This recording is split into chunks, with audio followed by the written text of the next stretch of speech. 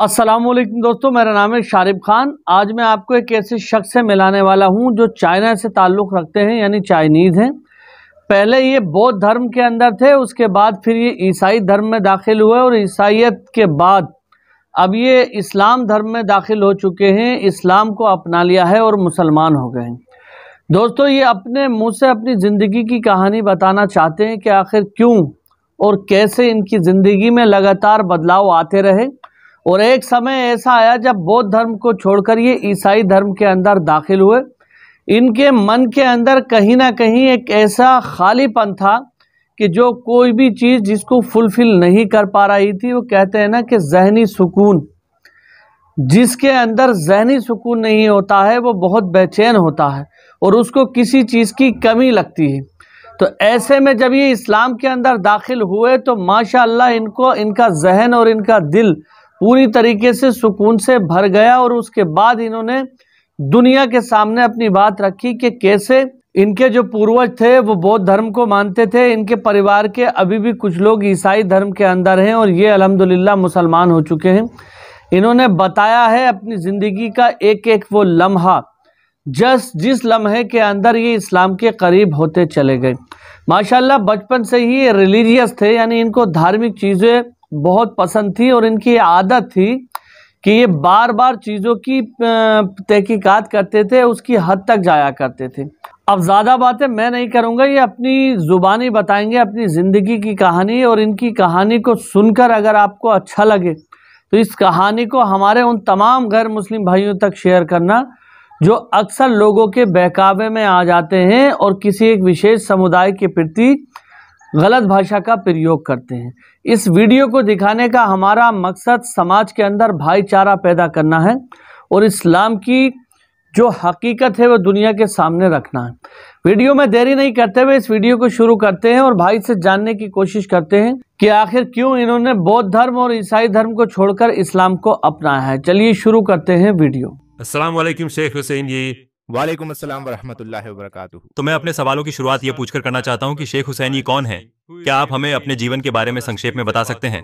जब मैंने इस्लाम कबूल किया तो मेरा नाम रखा गया मोहम्मद हुसैन यी। मैं एक चाइनीज हूँ। मेरे जीवन की शुरुआत ऐसे हुई कि मेरा जन्म एक बौद्ध परिवार में हुआ। जैसा कि आमतौर पर होता है, आप जिस परिवार में पैदा होते हैं तो आपकी परवरिश भी उसी परंपरा और आप अक्सर अपने माता पिता के रास्ते पर ही चलते हैं। मुझे आध्यात्मिक चीजें बहुत पसंद थी, इसलिए मैं मंदिर से जुड़कर सेवा करना बहुत पसंद करता था। फिर अल्हम्दुलिल्लाह अल्लाह की मर्जी से एक दिन मैं ईसाई धर्म अपनाने की ओर बढ़ा। ईसाई धर्म अपनाने के बाद क्योंकि मेरे परिवार के कुछ सदस्य भी इसमें हैं, हमारा परिवार बहुत मिला जुला है। कोई ईसाई है, कोई बौद्ध, कोई ताओ मत का मानने वाला है और कुछ लोग फ्री थिंकर्स हैं।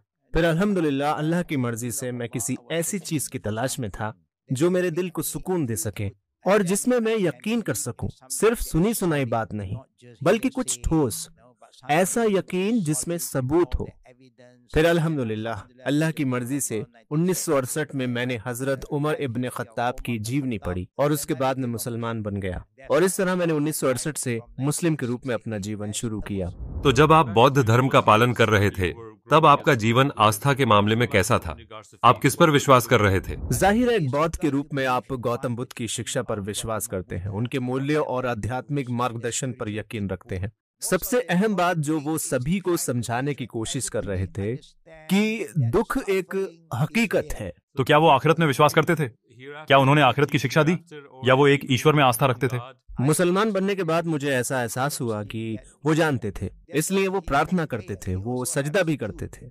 उनकी प्रार्थना में आप एक गहराई देख सकते हैं। जब आप सुख और दुख की बात को देखते हैं तो आप समझते हैं कि अल्लाह ने क्या कहा है, वलक़द बअसना फ़ी कुल्ली उम्मतिन रसूला। मेरा मानना है कि अल्लाह ने फरमाया, निश्चित ही हमने हर कौम की तरफ एक रसूल भेजा। कुरान में 25 नबियों का उल्लेख हुआ है, लेकिन बहुत से नाम कुरान में उल्लेख नहीं हुए। मैं नहीं जानता, लेकिन मुझे महसूस होता है कि शायद वो भी उन्हीं में से थे, क्योंकि उन्होंने कभी नहीं कहा कि लोग उनकी पूजा करें। उन्होंने कभी ये नहीं कहा कि कोई ईश्वर नहीं है, बल्कि वो खुद सजदा करते थे। वो हमेशा किसी अदृश्य ताकत से बात करते थे।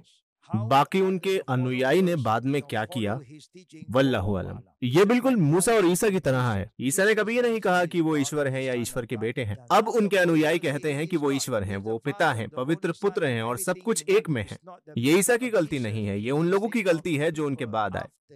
लोगों ने नया धर्म बना लिया और उनका नाम इस्तेमाल किया। तो मैं पर्सनली फील करता हूँ कि जब से मैं मुस्लिम बना तो मैं बेहतर तरीके से समझ पाया जो गौतम बुद्ध कर रहे थे, और उन्होंने कैसे सभी को तस्कियत नफ्स की ट्रेनिंग दी कि अपनी इच्छा के गुलाम मत बने, ये दुनिया कुछ भी नहीं है। तो दोस्तों, वीडियो देखा आपने कि किस तरह से इन्होंने इस्लाम धर्म को अपनाया है। माशाल्लाह सुम्मा अल्हम्दुलिल्लाह, बहुत अच्छी बात है। यही नहीं बल्कि बीते 3-4 साल के अंदर बहुत सारे ऐसे लोग हैं जिन्होंने इस्लाम को अपनाया है, और इनमें से कुछ ऐसे नाम हैं जो इंटरनेट पर वायरल हैं, जैसे यूके यानी इंग्लैंड के अरबपति का इस्लाम में दाखिल होना, इसी के साथ साथ चर्च के जो पादरी हैं उनका इस्लाम में दाखिल होना, और कुछ ऐसे पादरी हैं जो इस्लाम में दाखिल नहीं हुए हैं लेकिन फिर भी वो इस्लाम की तारीफ करते हैं। आप लोगों ने देखा होगा बीते कुछ दिनों से फ़लस्तीन और इजराइल के बीच में जंग चल रही है।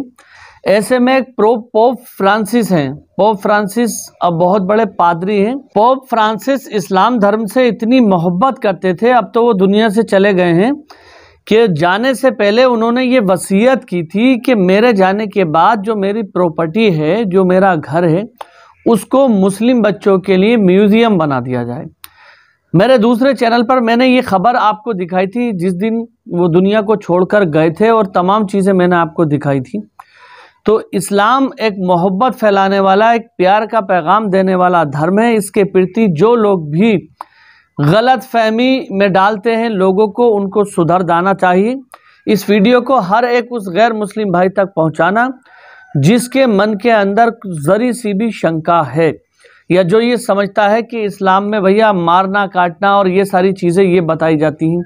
ऐसा बिल्कुल भी नहीं है। मोहब्बत का पैगाम देने वाला धर्म है इस्लाम धर्म। तो दोस्तों, आज की वीडियो में बस इतना ही। अगर आप हमारे चैनल पर पहली बार आए हैं तो चैनल को सब्सक्राइब करके बेल आइकन पर ऑल का बटन सेलेक्ट कर लेना, क्योंकि इस तरह की और भी वीडियोस लेकर के मैं आता रहता हूं। बाकी इंशाअल्लाह ताला अगली वीडियो में मुलाकात होगी। तब तक अपने भाई को इजाज़त दीजिए। खुदा हाफिज़। जय हिंद, जय भारत।